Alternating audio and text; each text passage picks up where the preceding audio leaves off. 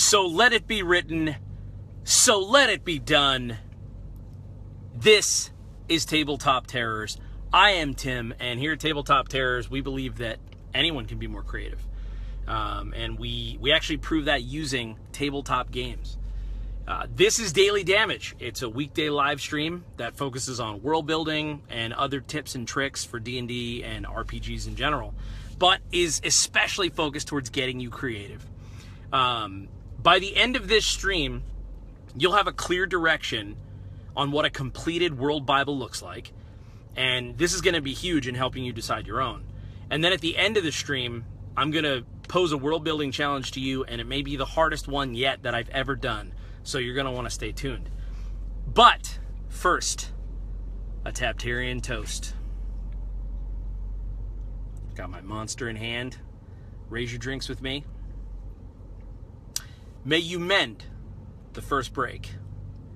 May you kill the first snake. And may you conquer everything you undertake. Slancha. So, today I'm going to go over our campaign world of Dragongrin. I'm going to go over some bullet points using our campaign Bible. And then we're going to talk about how this can fit in your world, give you some ideas. And also, if you're interested in getting any of the books that we write set in this campaign world, you can check out absolutetabletop.com. But there are two things that are going to happen today very specifically. One, feel free to use this stuff at your table.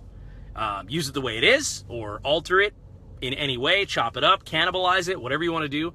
And two, hearing this world primer, it's going to give you inspiration. You're going to hear it, and this is the disagreeing that we talked about in stream the other day. Sometimes people hear something, and they know what they don't like. So they immediately say, well, no, I wouldn't do that. I'd do this instead. That's perfect. And if this is something that would instigate that, then beautiful, right? So we're going to jump into that. But for us, we kept this down to one page.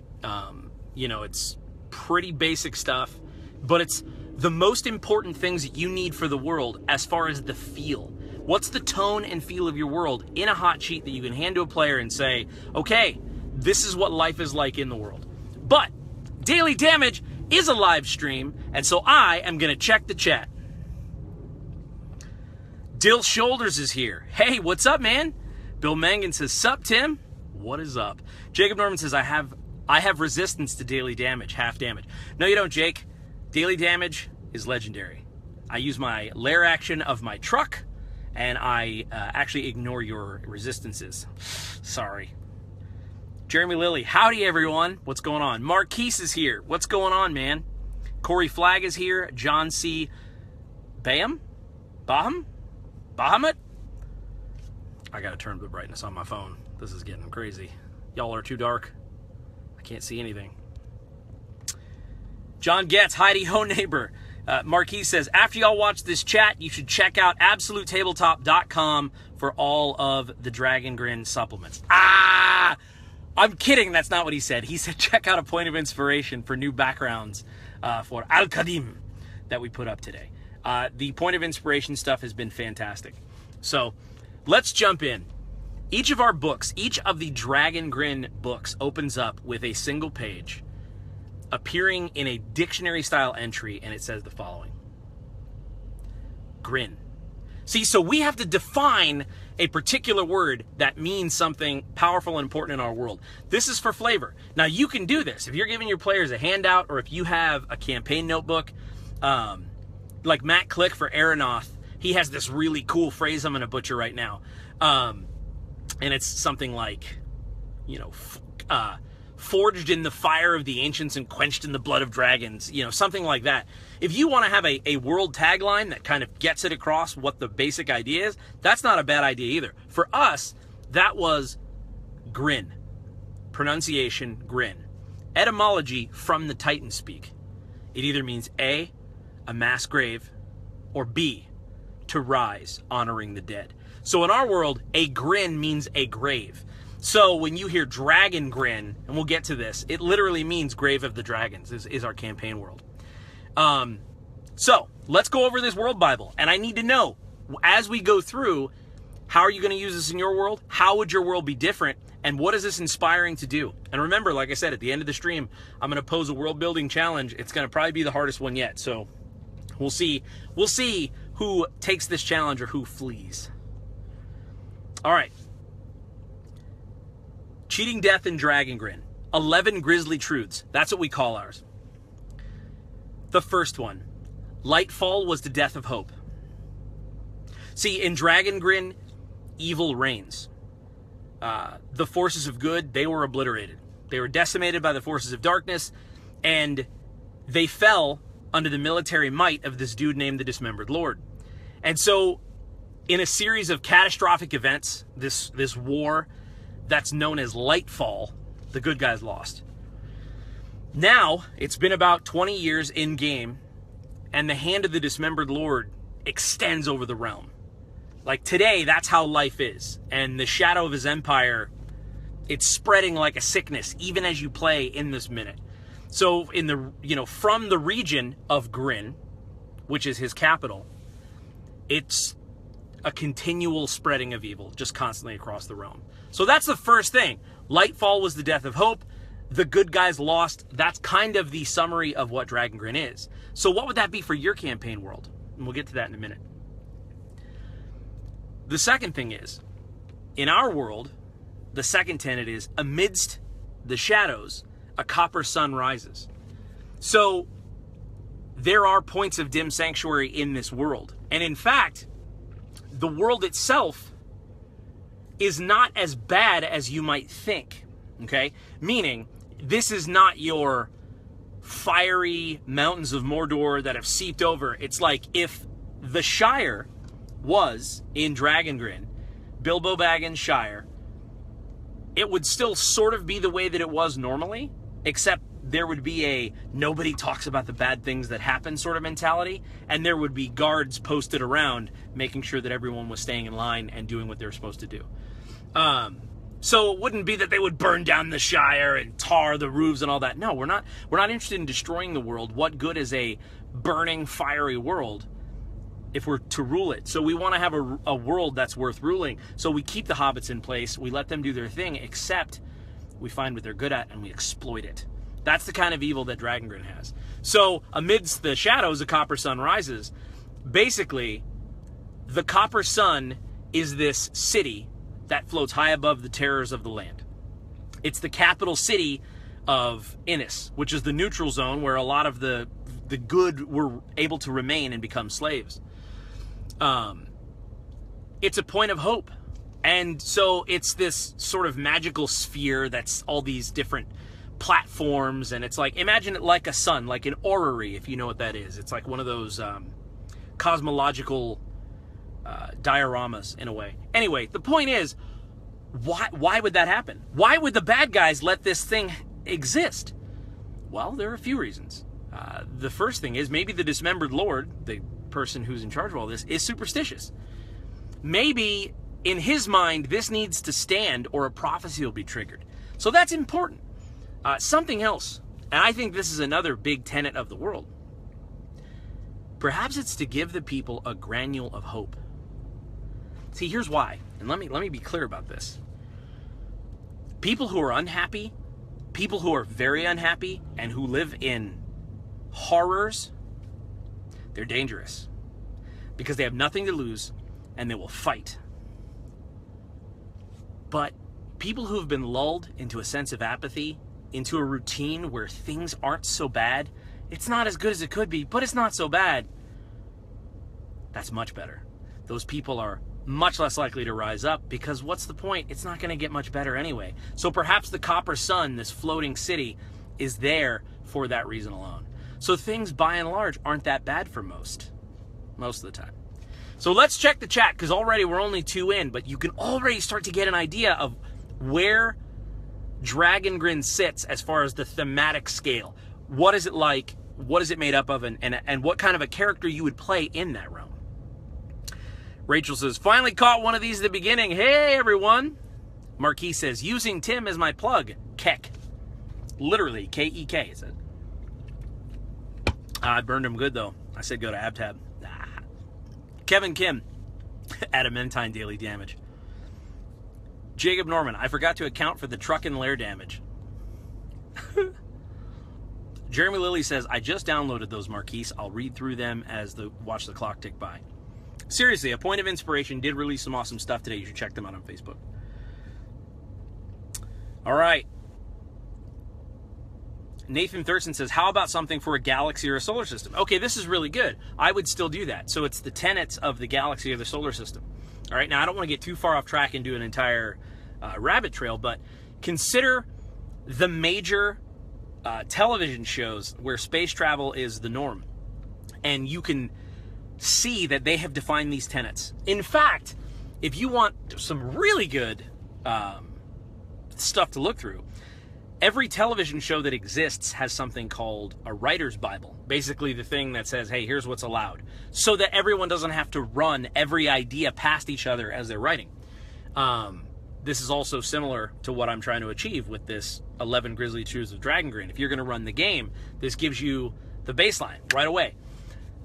Check out the difference between Firefly, Star Trek, the original series, and Star Trek The Next Generation.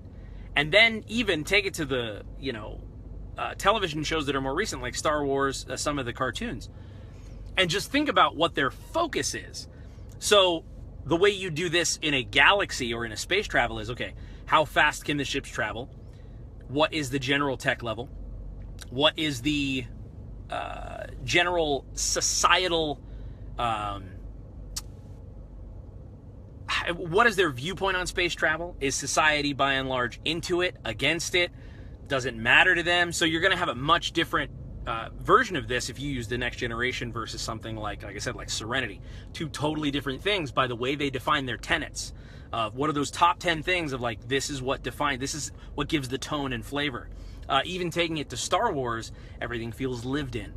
It's like an older sci-fi world. So yeah, you can totally do that for a galaxy or a solar system.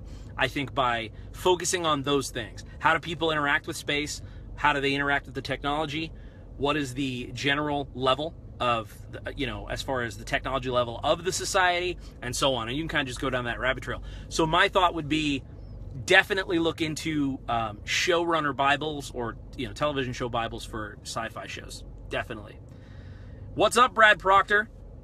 Lee Rimmer says, I always read grin as a smile and saw Dragongrin, meaning the dragons mock you. It's one of those things where I'm certain that is what the people believe in Kentucky Dragongrin. There is no wrong interpretation, and that's part of it, is that I'm sure someone somewhere said that, and it stuck within a region for a people. So absolutely that. Kevin Kim, with empire comes infrastructure. That's exactly right. And infrastructure usually means change. Most people don't like change, especially because forced change takes control. And I know many people that don't want to lose control. So I think playing up on those things is very, very key. Thomas Carpenter is here as well. Dragongrin is very reminiscent of Nazi Germany, says Brad Proctor. Absolutely it is. If you want to see the most perfect example of Dragongrin that I've seen so far, check out the television show The Man in the High Castle on Hulu. I saw it and I'm watching it. I'm like, I'm watching World War II Dragongrin. Which brings up tenet number 3. Being a hero will get you killed. Okay? This is a huge deal because most of the time in the campaign world, we're all going to, write our characters. Okay, let's come up with some backgrounds. In this world, if you try to do that, heroes are not welcome. Why? Well, in this world where things aren't so bad, like let's not rock the boat, if you're a hero, you bring unwanted attention. And that, in turn, brings retribution from the forces of darkness, to go back to what Kevin was saying, which is that infrastructure. Heroes buck infrastructure. So the fight is lost. It was lost 20 years ago. So to a lot of people, if you raise up arms against the dismembered lord, it's like, buddy, it's like you're flying a Confederate flag in 2017. It's like, listen, shh. And so the common people of Grin don't welcome heroes. It's not like most fantasy worlds was like, please come and aid us. They're like, no, we're fine. We're fine. We have a call for aid into the dismembered lord, and he's going to help us. He's going to It's fine. We're going to pay him our tribute, and you just get out of here. You know, heroes aren't welcome here. They've also witnessed the draconian punishments of the Dismembered Lord firsthand. So they've seen him. They have seen his troops, the Marrow, mete out this punishment for harboring heroes, for helping heroes, for being related to a hero, what would be, you know, considered a hero. And I would say that those that are resilient enough to persist, those who are heroes and say, no, we're going to change something, we're going to do something, they might catch the attention of a couple of organizations in the realm that operate on the fringes, which is the Copper Jackals, which is a sort of paramilitary group of super heroic fighters, freedom fighters, or the Undying Light, which is basically the Rebel Alliance in Dragongrin. So think, okay, if the Empire won in Star Wars, they won, they are in charge, and then, you know, there was, and then so episodes 4, 5, and 6 happened, but the outcome wasn't the same.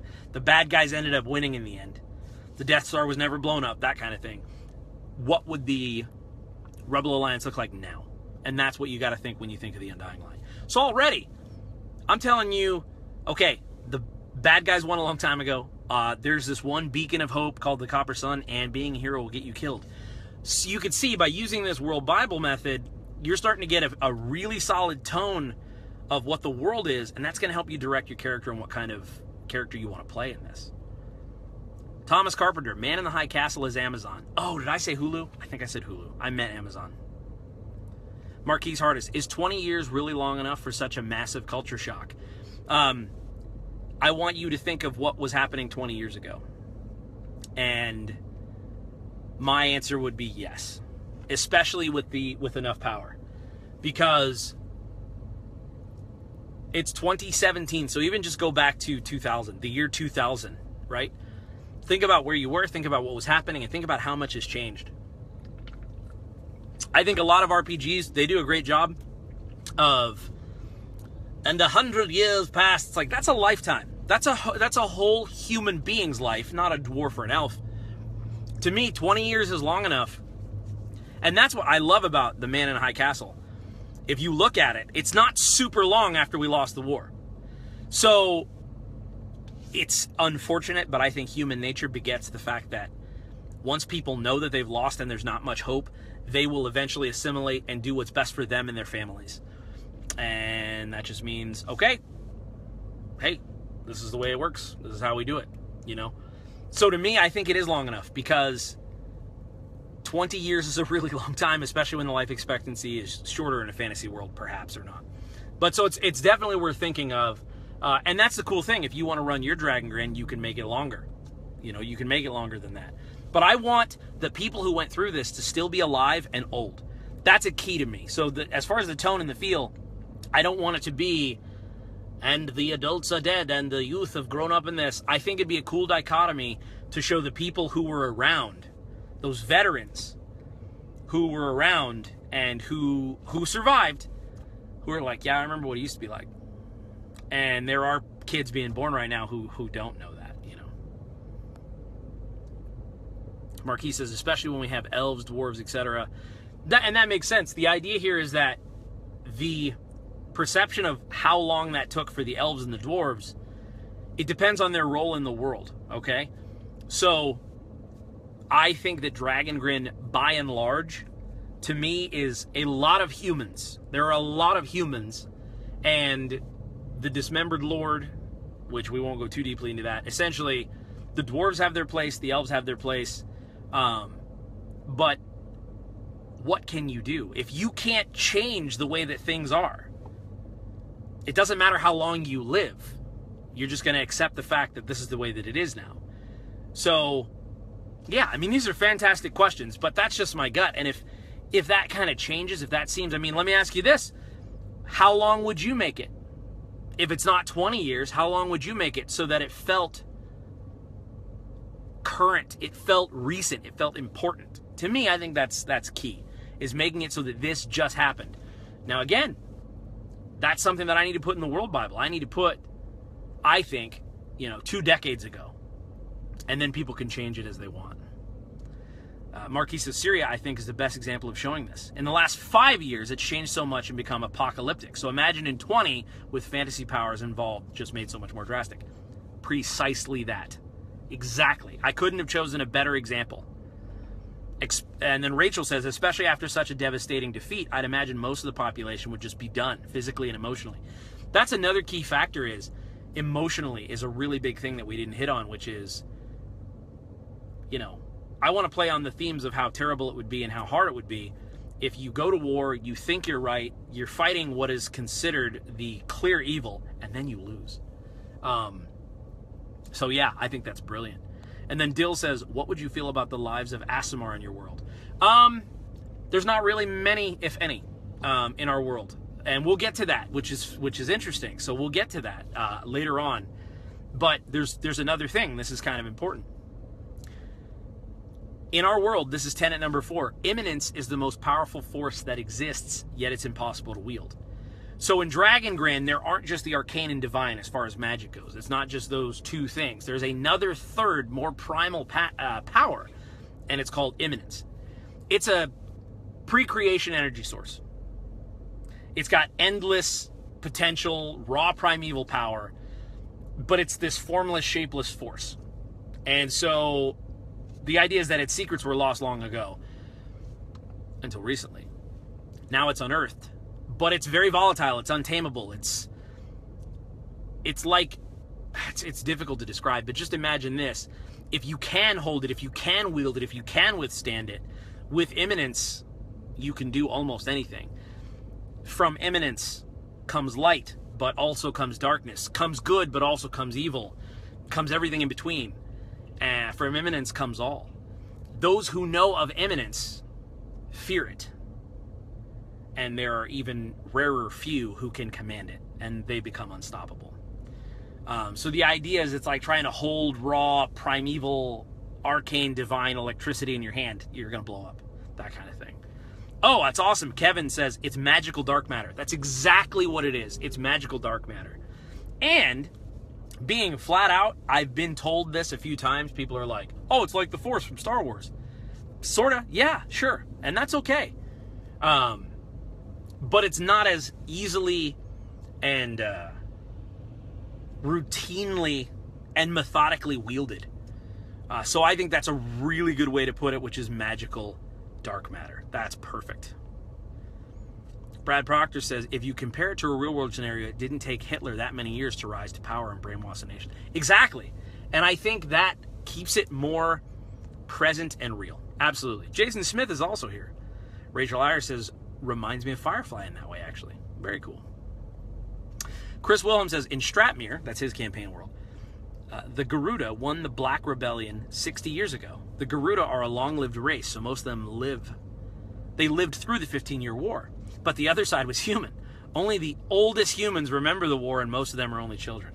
That's really cool. What a cool concept to have one race age like that, and then the other race who is human, so that to them they're like, hey, remember the war? So what is Imminence like in your world? Is there Imminence? Is there a need for it? For us, we want to have this pre-creation power that was bigger than arcane and divine, really pumping it up there. And you know what? If this is our version of the Force, then what would be the Dragongrin version of Jedi? That's an interesting thing to think about. So now we're going to talk about tenet number 5, which is the bleak is a festering magical maelstrom and the source of arcane power. In our world, there's this thing called the bleak. Okay, now in many realms, you can tell the arcane magic flows from something ethereal, the weave or different things like that. And it's often mysterious and, it's in another plane. In Dragongrin, it is a physical force of nature that mars the land endlessly. These chaotic, volatile, untamable, unforgiving red maelstroms transforms or obliterates everything it touches.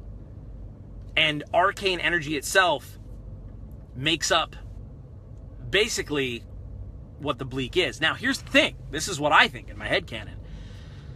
The bleak is it's a laceration in Imminence itself. if you could take a hot knife and put it in the sternum of the Force from Star Wars and split it from sternum to groin and let its ethereal guts spill out, that's what the bleak is.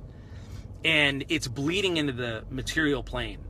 And it's more active and tangible in Dragongrin than, I think, many other campaign realms.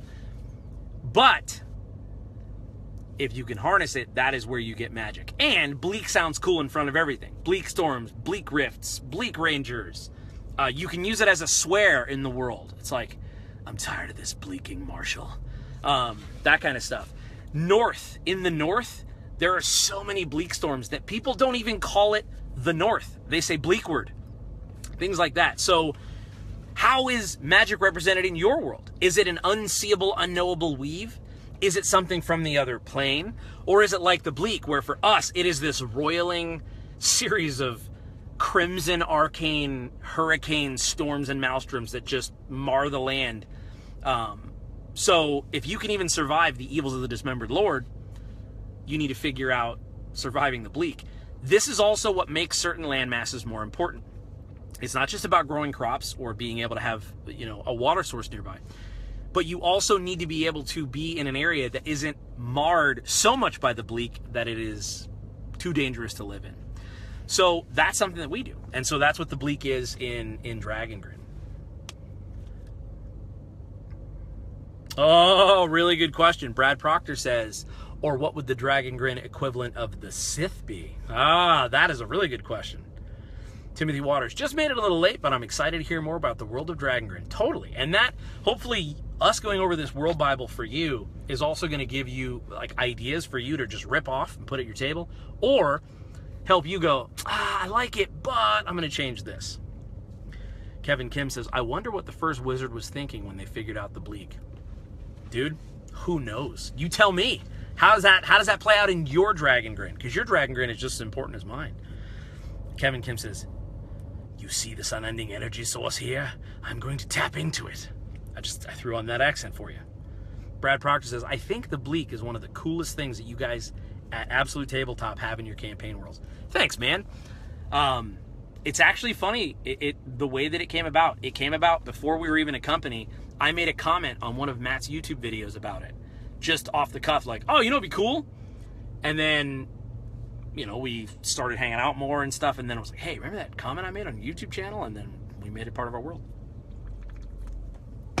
All right. So we got a few more to work through. I hope everybody's enjoying this. And again, I'm going to throw out a world building challenge at the end of the stream. It's going to be tricky. It's going to be really tough, but I know that you guys are going to pull it out. And girls. So if the bleak is that festering magical maelstrom, and it's a slash in Imminence, well, where the heck did it come from? Who knows? We don't know. But we do know, and this is tenet number 6, eons ago, the world was shaped by a bloody supernatural war. Now, that's kind of par for the course, right? That's fantasy worlds in a nutshell, be it, dragons versus dragons, whatever the case is. But in our realm, it's these two godlike forces that oppose each other, and it shaped the world. The Titans, who are mighty, inspired, more of a technological bent, and then the potent and elemental primordials. So for us, our Titans versus your primordials are like, that's the jam. That's the cats versus dogs of the old wars. Now, it's said that these beings emerged from Imminence itself. That's the legends, the folk tales. Some say, many posit, others believe. There's all kinds of, things that surround this. But what we also think is that it's one of the most pungent manifestations of two of the strongest energies that exist. One, chaos, which would be represented by the primordials. And two, creation, which would be represented by the Titans. But they're polar opposites.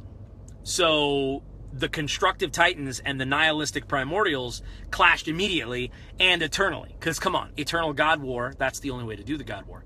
So their brutal conflict is essentially how the world was shaped, many say. No one knows exactly how it ended, but neither of the races presently exists now. We don't know where they are. However, their technologies and geological effects are evident even today. So the entire landscape, I think, of Dragongrin is basically a civilization built on a rust yard of an ancient war. So if you dig deep enough, you'll find Titan tech or a primordial corpse or things of that nature. So it sort of affects the realms. There's even this underground canal city that has this huge epicenter called the Infinite Lock. And it's basically this giant lock that the Titans created. So you're going to find this, that the world was shaped by this war, and that's part of it. You need to kind of know that that's the general creation myth. But we're not going to define it so much that you have to learn 15 names of Titans and Primordials and how they interacted and this, and he begat this, and it's like, that's all up to you. You make that up, because no one knows for sure. Not in Dragongrin. What up? Joshua Laws here. What's up, man? Chris Willem says, the arcane is a manifestation of mortals exerting their will on the world. In Stratmere, everything in some way is tied to the minds of mortal beings. That's a really clever way to do it. So it's like, I actually read a book once where belief was what fueled everything. So like electricity existed because everyone just believed that when you plug something into the wall, electricity works. That there was no actual electricity, but it was just everyone was taught that so that their belief powered it. It was really kind of cool. Timothy Waters says, magic in my world is caused by the center of the world. No one knows what it is or exactly why, but some try to understand it while others use it to gain power. Some say it was caused by the first god resting, waiting for the right time to come back. Others say that's utter nonsense. That's perfect, man. Marquis says, what are the religions of Dragongrin and how big are they now? That is tenet number 11, and we're going to get there. We're slowly working through. So here's number 7. Dragongrin is the graveyard of dragons. So we talked about the Grin being the Titan speak word for graveyard.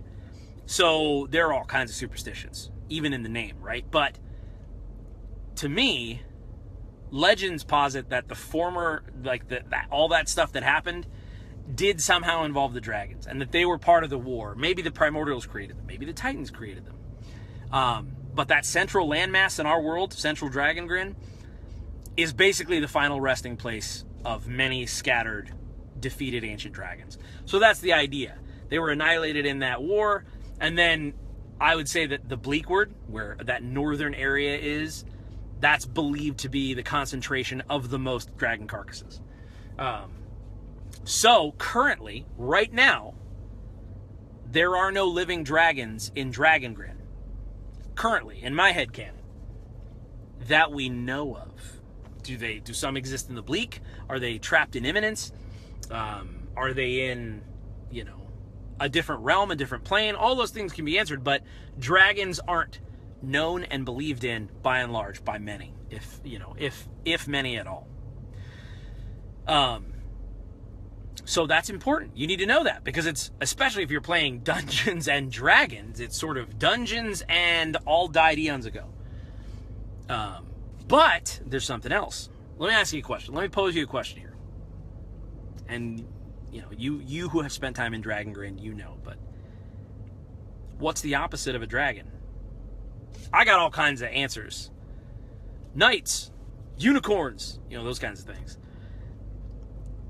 So the dragons are said to have been formed by the Primordials as weapons of the First War. That's what it's said. But it's also said that the more technologically minded Titans responded with their greatest creation, which are the Typhoons. Typhoons are cunning, powerful, but they're also benevolent creatures. They rival even the worms themselves that were created. So it's said that the Typhoons bested the dragons. And imagine, what is the opposite of a dragon? So imagine this immense lupine creature, this wolf-like beast with furred, gnarled wings fighting the serpent of a dragon. Imagine an enormous green-furred, almost ursine grizzly bear-looking creature with stag horns and 3 eyes. That's a Typhon. Typhons don't have breath weapons. They have eye rays because that's cool.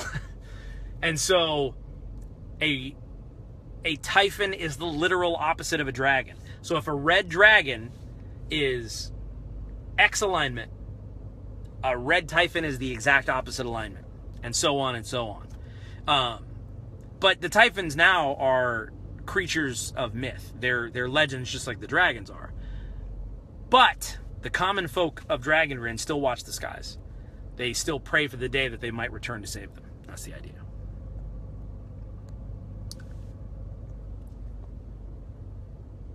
Let's see here. Brad Proctor says, I would think that at least one religion would revolve around the Dismembered Lord, worshiping him as a God King. Remind me to bring that up. We're getting close to that. Chris Wilhelm, there was at least one in the Bleak. Yes, there was. Chris Wilhelm said a giant mongoose. Exactly. And just think the different types, similar to how Wizards of the Coast have really done an excellent job creating different archetypes and body styles and types for their dragons. It would be the same thing with the Typhons. And we already have an artist working. We have a wolf Typhon. We have the bear. We have a few other ones. Like one is like there's this blue like lynx, this like jungle cat. But again, they have to be the size of a dragon with these wings and things. So it's, I don't know, I think it's really cool. And dragons versus Typhons, man. Kevin Kim says, Laser Wolf. Marquis said, so they created Fey monsters to best dragons. Maybe. Maybe the Typhons are Fey. Maybe they're not. Maybe they're magical creatures. I don't know, man. That's a great way to think of it. Maybe they used Fey energies to power the technologies that created the Typhons. I don't know. And that's the beauty of it, is I don't have to know. I've got this statement that says, Dragongrin is the birthplace of the mighty Typhons. And then at your table, it's going to change anyway, right? So why do I say all this? Because I love when people take things and make it their own. My Dragongrin, I run this channel with my brother James. My Dragongrin is different even a little than James's Dragongrin. And that's so cool to me. Because that's the point of this hobby, in my opinion. Rachel Ayers says, hell yeah, those sound awesome. I think they're pretty cool. Joshua Law says, this sounds like a metal song. Genesis. I love the idea of the Typhons, says Thomas Carpenter. Brad Proctor, are Typhons living beings or are they more automatons? No, they're living beings. They are, like I said, like think red, huge, primal-looking wolf with red fur and like horns. And then I have some pictures. I'll post them to the Tabletop Terrors Facebook page. We've got some Typhon pictures that Brandon did for us, and he did a super, super good job. And I'll post those so you can see the Typhons. Kyle says, the origin of lycanthropes in Dragongrin, similar to how Dragonborn are related to dragons? Maybe. There you go. That's actually a really good idea. So we got a few left, ending with the religions, which I saved for last because I think this is really important. So, number 9, this is one that's important to kind of think of your cosmology and how things fit. Number 9 is, as the bleak festers, the space between the planes grows restless. Basically, the bleak is an untreated wound in our world. You can't have this maelstrom, this arcane energy, just floating around and expect that it's not having some sort of dire effect over the long term on the entire realm. So I think that there are ghastly consequences for this. The bleak constantly seeps. It constantly bleeds on the material plane. There are darker, more eternal evils that slumber between the fabric of that are beginning to stir. And so you're talking forces that haven't been reckoned with for millennia are starting to shimmer and shake and dream. This is where your great old ones are. This is how we fit the sort of Cthulhu-esque stuff into our world. It's not present, it's distant, it's far away, but it's basically the space between the realms, between the planes. This space, as black as the darkness between stars, is where those creatures begin to stir, is essentially how it goes. So if any warlocks want to play a great old one, you'd be sort of directing your stuff outside of the realms, in between the bleak and the planes. Now, the other thing is, and this is the final one before we hit the religion one, which is what we'll end on. Number 10 is, relics of the past shape the present. Well, what does that mean? Well, we talked about this God War that happened, and it's all underneath layers, right? There's still stuff under there. So the world, Dragongrin, is dotted with wonders. They're sort of inexplicable, but they're traceable to that cryptic past, that ancient war. And so ancient caverns, such as Sphere Below, that could never have been dug naturally, okay? But are, you know, they're not inhabited by any, you know, primordials or titans now. Or the mechanical labyrinth known as Deep Vault, the super dungeon in Sphere Below. Or the fusion of magic and technology in our world known as Arcanics, which is possible. Or tome hearts, which are our constructs that are living suits of armor that have information etched into their souls and glow with energy from within. Those things exist alongside the mundane in the land. So not everything is wild and fantastical, but relics of the past do shape the present. Those things still exist. They're a part of geography. It's a pain in the butt when you got to go all the way around because some huge titan foot is hanging out. One of the most popular images on Reddit in the Imaginary Images Network is this. It's a giant mountain, and there's a skeleton with a sword stuck through it. And there's this little shepherd standing on it. So like if you're watching this, the whole picture is this mountain. And there's this little shepherd down here, and there's a sword going through it. And it's like, it's the skeleton. You would see that in Dragongrin. That would certainly live in Dragongrin. Absolutely. Rachel Iyer says, I think you mentioned the Typhons having furred wings, but I love the aesthetic of leathery dragon wings clashing with feathered ones. Angels versus demon trope and all. And that's totally fine. My thought was, and that is something that we're toying with as far as design. Some of them would have more of that. To me, I wanted to keep it mammalian, and it didn't make sense to have feathered wings on wolves.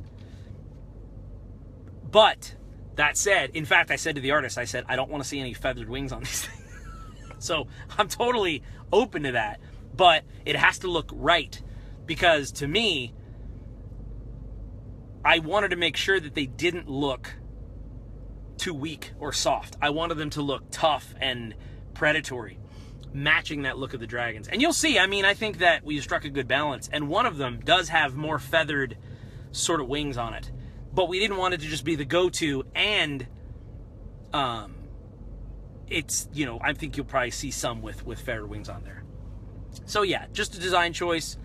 I'm not knocking it, but I purposely was like, I don't want it to just be take this anatomy for another creature and snap it on there. I'm like, what would a mammal with wings look like? Well, looking at, you know, the mammals that, you know, do have wings or netting or things like that. So anyway, that's a cool idea, and you probably will see some with feathers.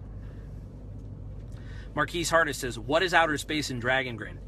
So outer space in Dragongrin, and then we're going to talk about the religions, would be if you could exit the realms. We have a cosmology map of, at Absolute Tabletop, our campaign worlds rest within the same regions.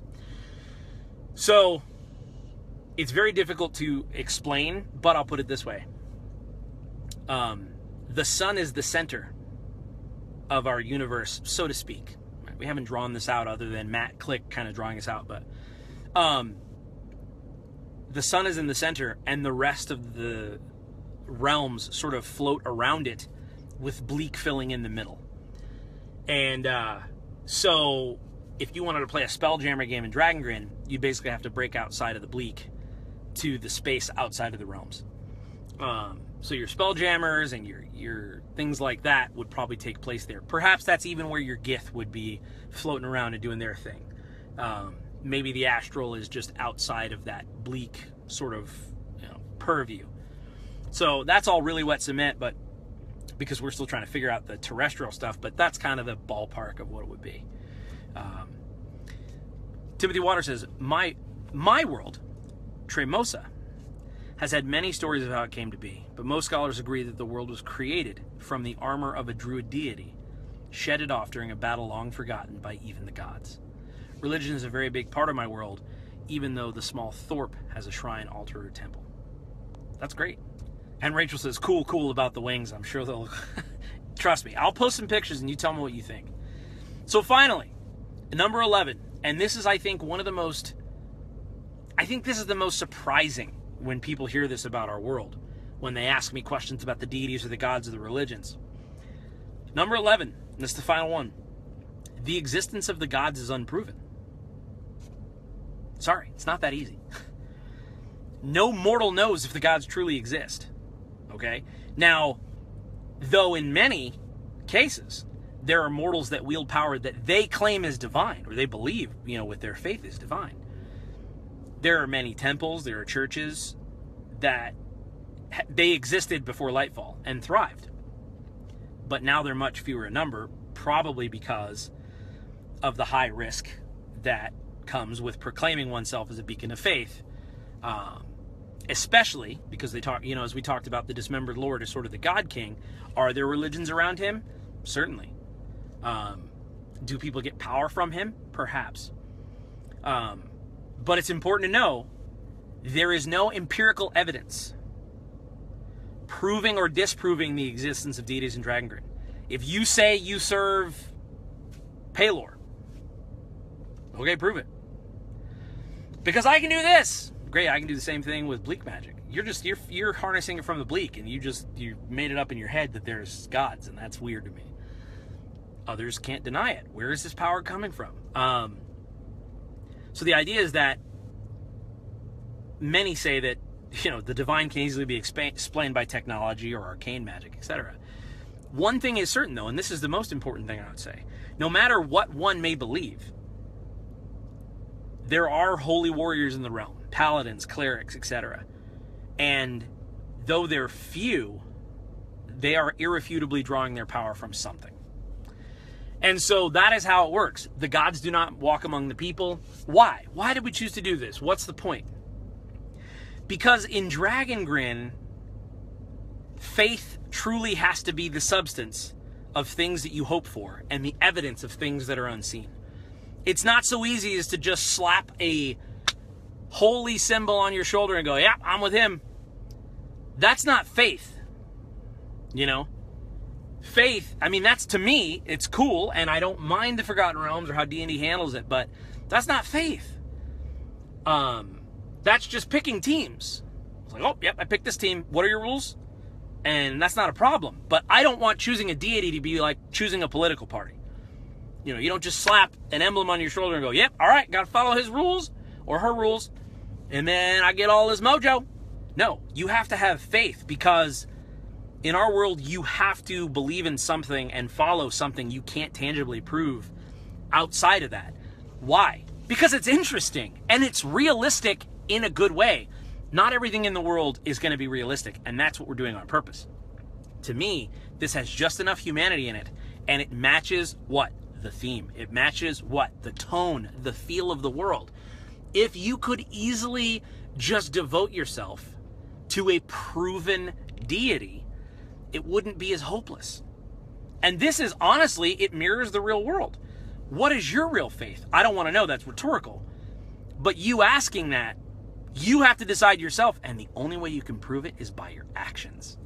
And whether others believe you or not is up to you and your actions. And so I think that that is how it needs to be handled in this world, this abysmal, dark realm of Dragongrin where evil has won, for a lot of reasons. But that is how. So, how is religion handled in your world? And Chris Wilhelm says, well, no, let's go back up. Let's go back. Brad Proctor says, maybe there's something out there outside of the bleak that is even more dangerous, and the bleak acts as a barrier to keep whatever it is out of the material realms. Maybe. That's a great, that's campaign plotline if I ever heard one, right? Chris Wilhelm says, I love when faith is present in games, much more interesting to me. Exactly. Not just faith, the word, but faith, the action, the verb. Brad Proctor says, the bleak was created to keep something even worse out. That's what I'm saying. That's a really good thought. Perhaps the heroes of old had to rip Imminence. That's a cool plotline. That's great. Rachel says, I feel like, in a meta way, having gods be clearly present in Dragongrin would take away a lot from the terror of the Dismembered Lord. Exactly. Timothy Waters, I love the faith, not followers idea. That's it. So, specifically a question was asked, are there religions based around the Dismembered Lord? I would say yes. Some cultish, but, and here's the thing, I'm going to use some real world examples here. Don't get offended by this. I'm just using these as real world examples. If you get offended, that's on you. That's really what it is. But Jesus has no control over who uses his name for what. Here's what I mean. Was it Westview Baptist or those terrible people who say that they do these things in the name of Jesus? You know, they have said that just as others who have put it on, you know, t-shirts and wristbands. In other words, no one polices the use of the name or saying people worship him, etc. In the same way, the Dismembered Lord doesn't have as much control, realistically, over every little shack, shanty, and crazy group of zealots that says they do things in his name. So some of them will line up with his beliefs. Some of them won't. Some of them use it just for political gain. Some of them won't. You know, those real world things that I'm pulling in, think of it that way. And, you know, is there a religion devoted to the Dismembered Lord? Probably many. Which one is most accurate? Well, I'm sure that's arguable depending on who you are in the world, you know.